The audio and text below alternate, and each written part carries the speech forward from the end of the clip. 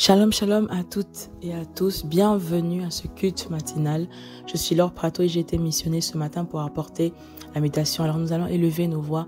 Père, nous voulons te dire merci. Merci pour tes bontés.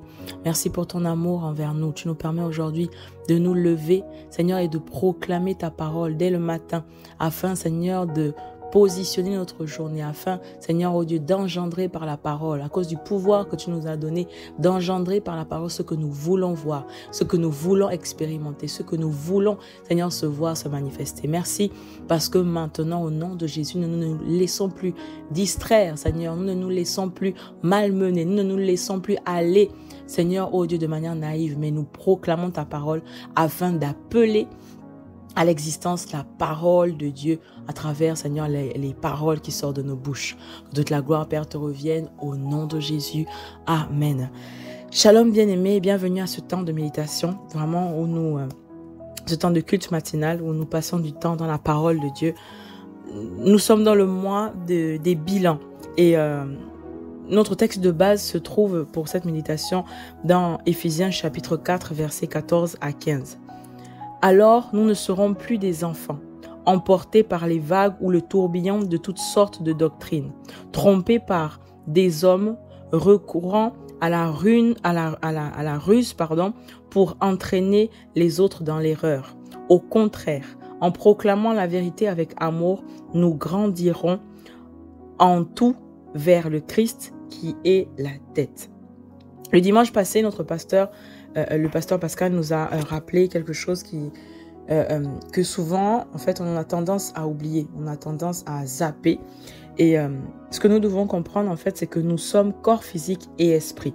C'est-à-dire que de la même manière, notre corps physique grandit, de la même manière aussi, notre esprit est appelé à grandir. Mais souvent, en fait, on oublie tout simplement que notre vrai corps, en fait, c'est notre corps spirituel, c'est notre esprit. Et un corps est effectivement appelé à changer, à grandir, à évoluer. Si nous nous occupons que de notre corps physique et nous négligeons du coup la croissance de notre partie spirituelle, nous risquons tout simplement de laisser Satan et le monde et les influences du monde impacter notre croissance et détruire tout ce que Dieu a planifié pour nous et détruire tout ce que Dieu a planifié nous concernant. Donc, il est vraiment, en fait, inéluctable. En fait, on n'a pas le choix que de grandir, mais de grandir vraiment sur la base de la parole de Dieu, afin que Christ en nous soit rendu visible dans notre caractère, dans notre manière de penser, dans les fruits que nous apportons chaque jour, dans le fait de manifester la présence de son esprit en nous et vraiment de le rendre visible, en fait, à l'extérieur. Et pour illustrer cette vérité, le pasteur Pascal prend souvent l'exemple d'une jeune fille de 7 ans. Donc, c'est bien une femme, elle a tous les organes, en fait, en elle pour la qualifier, en fait, de femme. Elle est porteuse de vie, c'est une mère. Mais tant qu'elle ne grandit pas, elle ne peut pas manifester la maternité qu'elle est déjà, qu'elle détient, en fait. Elle est femme, elle est mère, elle est porteuse de vie. Mais parce qu'elle a 7 ans, elle ne peut pas le manifester. Pourtant, c'est en elle. Mais comme nous le rappelle en fait le pasteur, certaines personnes sont chrétiennes depuis de nombreuses années, mais ne grandissent pas spirituellement. Et certains ne sont même pas conscients de la réalité et de la nécessité de la croissance spirituelle. Donc, ce sont des personnes vraiment qui sont là, qui vivent au jour le jour, mais qui ne sont pas conscients en fait comme le pasteur souvent le dit, le monde spirituel est réel. Ils sont même pas conscients du fait que vraiment il existe derrière en fait une réalité spirituelle. La Bible nous dit rejetez donc dans 1 Pierre chapitre 2 verset 1 à 2, rejetez donc toute forme de méchanceté, tout mensonge ainsi que l'hypocrisie, la jalousie et les médisances. Comme des enfants nouveau-nés, désirez le lait spirituel et pur, afin qu'en le buvant, vous grandissiez et parveniez au salut. C'est vraiment le désir de Dieu pour nous, bien-aimés. Il veut que nous grandissions, il veut que nous soyons en communion avec lui, il veut que nous soyons en unité dans les choses de l'esprit. Et la dernière partie justement du verset de base que nous avons lu plus haut dit « Au contraire, en proclamant la vérité avec amour, nous grandissons en tout vers le Christ qui est la tête. C'est la pensée de Dieu pour nous. Il ne veut pas que nous soyons ballottés à tout vent de doctrine. Il ne veut pas que nous soyons instables. Il ne veut pas que nous soyons irréguliers. Dieu veut que nous soyons stables, matures et établis dans la foi. C'est la volonté de Dieu pour nous. Et en fait, finalement, la croissance spirituelle est comme la croissance d'un nouveau-né qui doit passer par plusieurs étapes avant d'atteindre l'âge adulte. C'est excitant de voir un bébé faire ses premiers pas. C'est vraiment merveilleux en fait de voir un bébé se démener en essayant de marcher, à faire des expressions, à essayer de tenir des objets. C'est vraiment en fait magnifique de voir lorsque le bébé est finalement le bébé est finalement en fait capable de marcher, de courir. Et même si au début, par exemple, il faisait toutes ces choses-là en vacillant, on se rend compte qu'au fur et à mesure il grandit, il se stabilise dans ce qu'il fait. Et c'est dans toutes ces phases-là, dans toutes ces étapes-là, en fait, qu'on peut parler de croissance qui est progressive. Et c'est la raison, du coup, qui nous rend enthousiasme lorsqu'on voit un enfant, en fait, finalement, qui était hier un bébé, mais qui devient adulte parce qu'il a gagné en maturité, il a gagné en croissance, il a gagné en stabilité.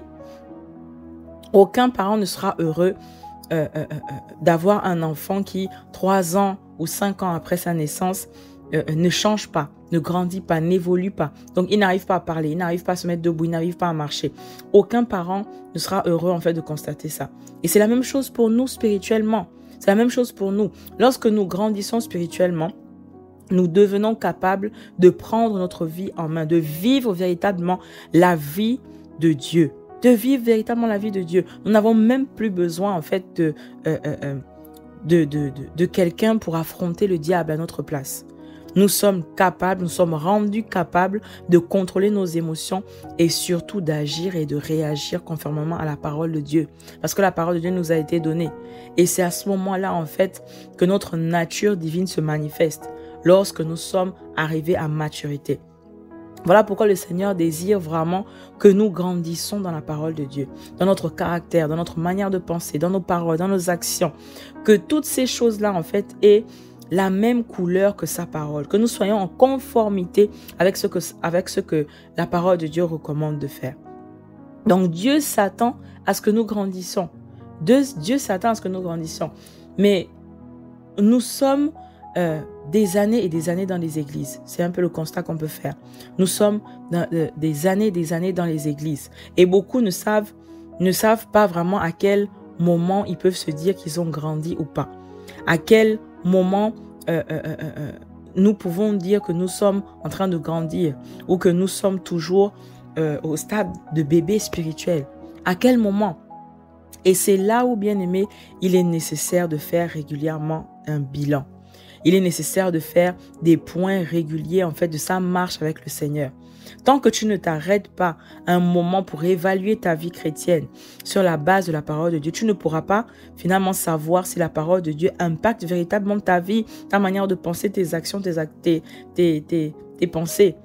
C'est en faisant le point, en fait. Sinon, tu risques de vivre une vie chrétienne sans objectif particulier, sans but précis. Donc, la parole de Dieu, en fait, qui nous est enseignée chaque jour, ainsi que les versets que nous méditons quotidiennement, est la nourriture pour la croissance de notre esprit. C'est cette nourriture-là que nous devons vraiment ne pas arrêter d'emmagasiner à l'intérieur de notre esprit. Et c'est à ce moment-là que notre esprit grandira.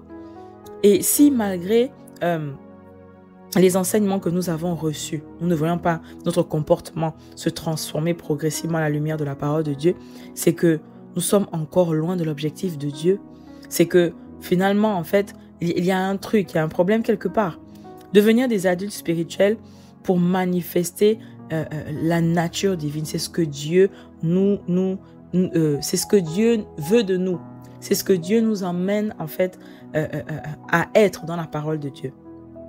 Un bilan, par exemple, faire un bilan de chaque jour, un bilan de chaque mois, comme maintenant, par exemple, on parle de bilan spirituel de fin d'année, nous permet en fait d'entrer en nous et de nous évaluer à la lumière de la parole de Dieu et de voir ce qui a changé, ce qui s'est amélioré et de voir de notre côté ce qui n'a pas changé, ce qu'il faut justement faire pour améliorer les choses.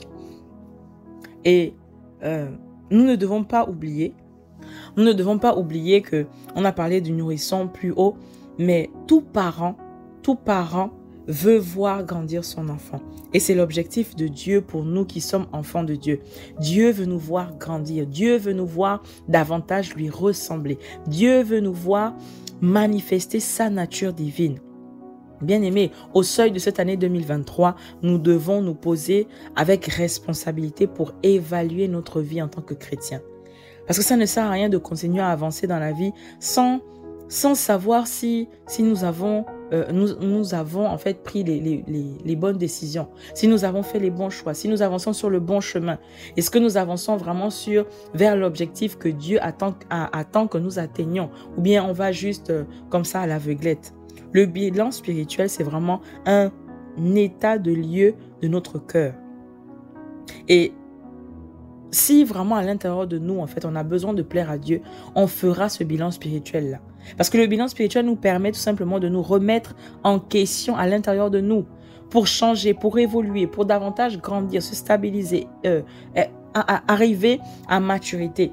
Donc, tant qu'on ne perd pas le temps, tant qu'on ne prend pas le temps, de faire un bilan, on ne saura pas en fait si ce qu'on fait est conforme à ce que Dieu veut. Est-ce que ce qu'on fait est en conformité avec la parole de Dieu? Est-ce que ce qu'on fait plaît à Dieu ou pas?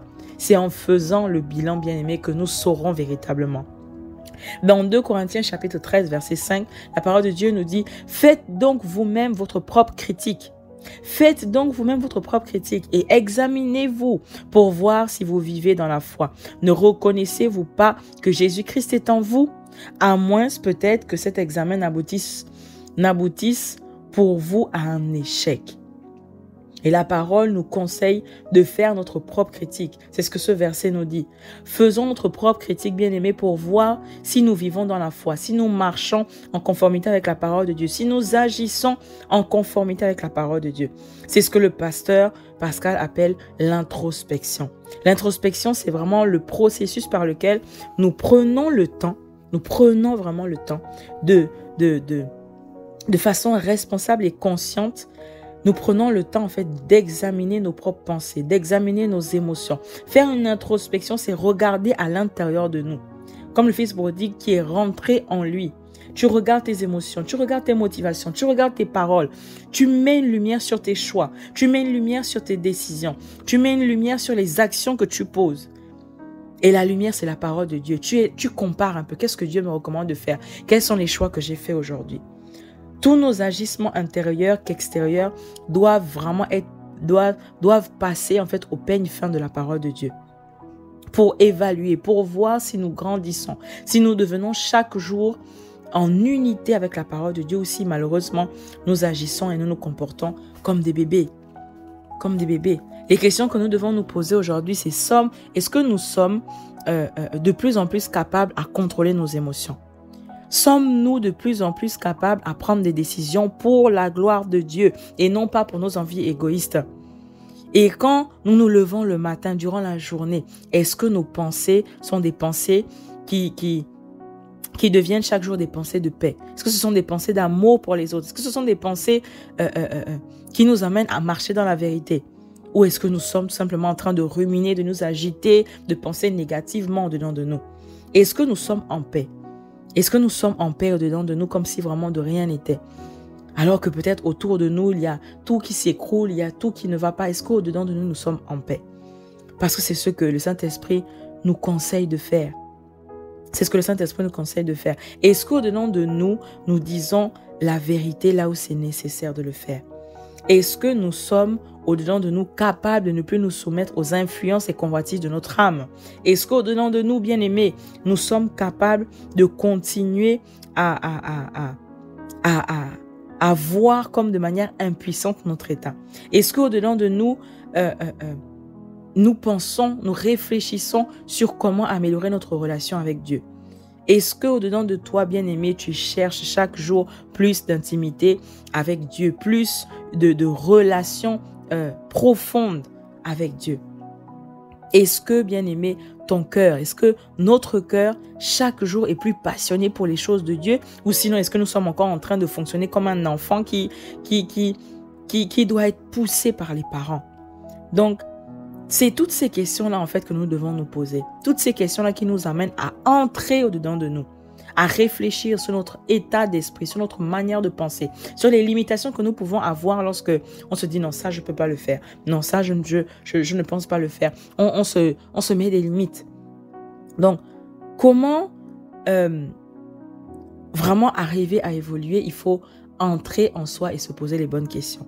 Est-ce que je m'investis dans les choses de Dieu? Est-ce que la pensée de Dieu à l'intérieur de moi réjouit le cœur de Dieu? Est-ce que mes actions plaisent à Dieu? Est-ce que la pensée d'aller communier avec mes frères et sœurs à l'église me motive, me dynamise? Est-ce que je suis excitée d'aller à l'église?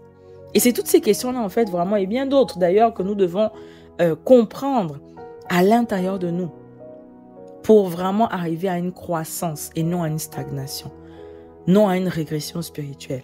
C'est ce que nous devons faire. Au lieu de penser que on avance, on doit vraiment marquer un stop et se poser les bonnes questions et se réajuster. Donc, l'évolution, la stagnation, même la régression spirituelle ne sont visibles que lorsqu'on fait un bilan. Et c'est à ce moment-là, en fait, en étant vrai avec soi, qu'on se rend compte que, oui, là, j'ai quand même évolué à ce niveau-là. Et là, je reconnais que j'ai régressé, je reconnais que j'ai stagné. Et c'est là en fait qu'on est vrai, on doit être vrai justement avec soi. Que ce soit à la fin de la journée, que ce soit à la fin de la semaine, à la fin du mois, ou par exemple là, comme nous sommes en train de nous retrouver pour le mois des bilans à la fin de l'année, nous devons apprendre à être vrai avec nous et à faire ce check-là, cette vérification intérieure. Maintenant, si après ton bilan, par exemple, tu constates une évolution, peu importe, qu'elle soit petite, qu'elle soit grande, bien aimé, il nous faut vraiment redoubler d'efforts et ne pas se conformer, ne pas se satisfaire à cette petite évolution en se disant c'est bon, j'ai gagné, ça au moins j'ai pu changer. Parce qu'un enfant qui grandit ne s'arrête pas de grandir, il grandit de manière continuelle. Donc il faut continuer, surtout ne pas le faire pour quelqu'un, parce qu'on ne grandit pas pour plaire à quelqu'un. On ne le fait pas pour satisfaire quelqu'un, mais on le fait pour nous. C'est un travail intérieur personnel. Ce n'est pas comme un travail qu'on nous a donné. C'est vraiment, en fait, Dieu qui a mis en nous sa nature divine et qui attend que nous grandissons spirituellement. C'est son objectif. C'est l'objectif de Dieu que nous puissions vraiment avoir un objectif de vie et chaque jour que nous nous levons, que nous nous couchons, nous travaillons pour lui plaire, lui et lui seul. Donc, il nous faut en fait sans cesse nous réajuster, se remettre en question lorsque c'est nécessaire pour apporter le changement bien-aimé.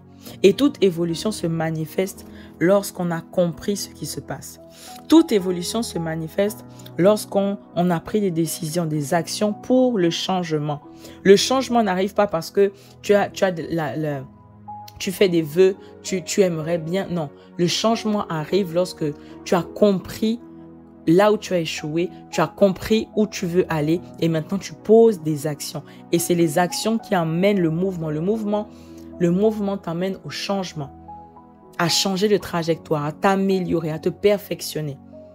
Et comme disait A.P. Melen dans la méditation d'hier matin, le bilan est essentiel pour traiter ce qui nous bloque.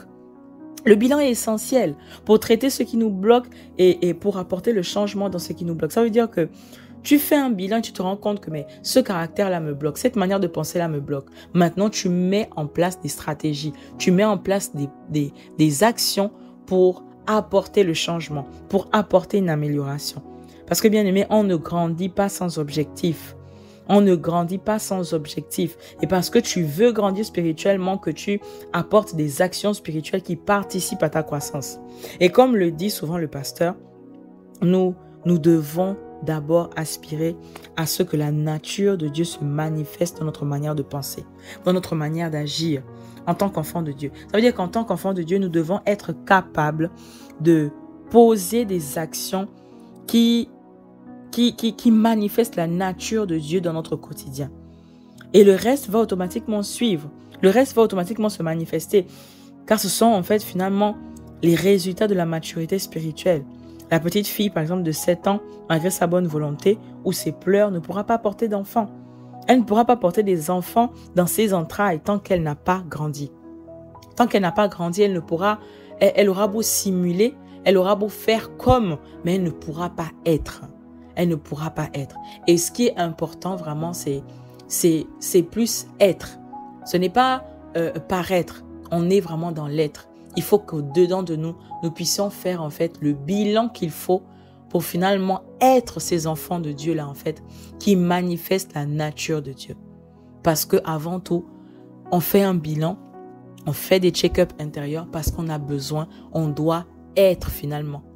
On a besoin en fait, pas de faire semblant d'être enfant de Dieu, pas de faire comme des enfants de Dieu, mais c'est parce que nous sommes enfants de Dieu que finalement au-dedans de nous en fait, on enlève tout ce qui ne va pas, tout ce qui ne fonctionne pas, afin vraiment d'être ces enfants de Dieu là que nous sommes véritablement. Alors nous allons élever nos voix. Père, nous voulons te dire merci. Merci Seigneur pour ta parole. Tu nous permets tout simplement Seigneur de faire le point. Tu nous permets Seigneur grâce à ta parole aujourd'hui Seigneur de ne plus marcher en tâtonnant, en besogne. Nous voulons Seigneur marquer un stop afin de faire le point Seigneur à l'intérieur de nous, de vraiment faire le point sur nos pensées, sur notre manière de faire, notre manière de penser, nos raisonnements, notre système de pensée qui nous emmène, Seigneur, au Dieu, à poser des actions, Seigneur, en conformité avec ta parole ou pas. Donne-nous véritablement, Seigneur, de rentrer en nous-mêmes. Nous voulons, Seigneur, faire ce travail-là, de faire, Seigneur, le point intérieur. De faire le point sur comment est-ce que nous pensons, sur comment est-ce que nous réfléchissons, sur comment est-ce que nous raisonnons, comment est-ce que nous recevons les informations qui viennent de l'extérieur. Nous voulons véritablement, Seigneur, qu'au-dedans de nous, tu sois le Seigneur de nos vies. Que toute pensée intérieure, tout raisonnement intérieur, tout système de pensée, Seigneur, toute manière de faire à l'intérieur de nous soit en conformité avec ta parole. Que nos pensées, Seigneur, à l'intérieur de nous te glorifient. Nous voulons, Seigneur, être saturés des pensées de paix, des pensées d'amour, des pensées de quiétude, des pensées, Seigneur, ô Dieu, de bienveillance vis-à-vis de notre frère et de notre sœur. Donne-nous véritablement, s'il te plaît, d'avoir des pensées en conformité avec ta parole. Loin de nous, Seigneur, ô Dieu, tout système de pensée, Seigneur, aigri, tout système de pensée de méchanceté, Seigneur, ô Dieu, de jalousie. Donne-nous, Seigneur, véritablement de sortir de tout ce qui est égoïsme, colère, tristesse, mensonge. Seigneur, s'il te plaît, nous avons besoin de te glorifier à l'intérieur de nous, au-dedans de nous, dans notre esprit, que tu sois visible dans les profondeurs, Seigneur, de nos pensées, que tu sois visible et que finalement, Seigneur, que ce soit ce que nous sommes au-dedans de nous, Seigneur, l'être qui puisse véritablement impacter sur ce que nous sommes à l'extérieur. Alors merci. Parce que tu envoies, Seigneur, ta parole afin de nous réajuster, de nous emmener, Seigneur, sur la vérité de ta parole, de sortir des mensonges de l'ennemi, afin, Seigneur, que nous puissions véritablement avancer, progresser. Nous voulons faire ce point afin de nous améliorer, de prendre les bonnes décisions, de nous réajuster, Seigneur, dans notre façon de faire, afin que tu puisses venir prendre plaisir dans chacune de nos vies, au nom de Jésus. Amen, amen. Nous allons bien aimer élever nos voix pour la journée d'aujourd'hui.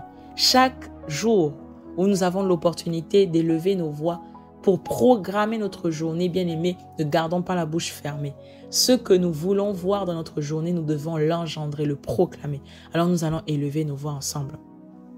Père, nous voulons te dire merci pour la grâce et l'opportunité que tu nous donnes, Seigneur, de pouvoir engendrer par la parole et de créer, Seigneur, la journée que nous voulons, que nous désirons, à la lumière de ta parole. Alors, dès maintenant, alors que tu nous as donné le pouvoir, alors que tu as mis sur nos bouches, Seigneur, ô Dieu, ta parole puissante, nous voulons, Seigneur, proclamer. Nous proclamons, Seigneur, dès ce matin.